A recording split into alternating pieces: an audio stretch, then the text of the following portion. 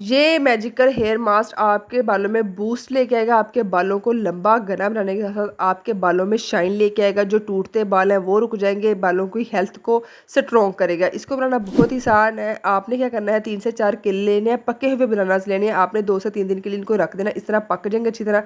फिर आपने ब्लेंडर के अंदर डाल लेने हैं अपने बालों की लेंथ के हिसाब से, ठीक है? मैं 3 से 4 बनानास ले रही हूँ, उसके बाद मैंने 3 जो है एलोवेरा जेल के लीव्स लिए, इनको मैंने वॉश करने के बाद अच्छी तरह इसके अंदर से एलोवेरा जेल निकाल लिए।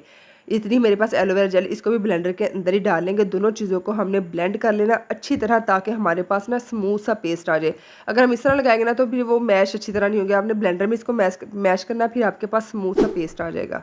उसके बाद हमने इसके अंदर शामिल करना है कोकोनट ऑयल 3 से 4 चम्मच भर भर के, ठीक है? मेरे पास ये बाउल जो है वो छोटा हो गया था, इसलिए मैंने फिर ना बाउल जो है वो चेंज कर लिया था।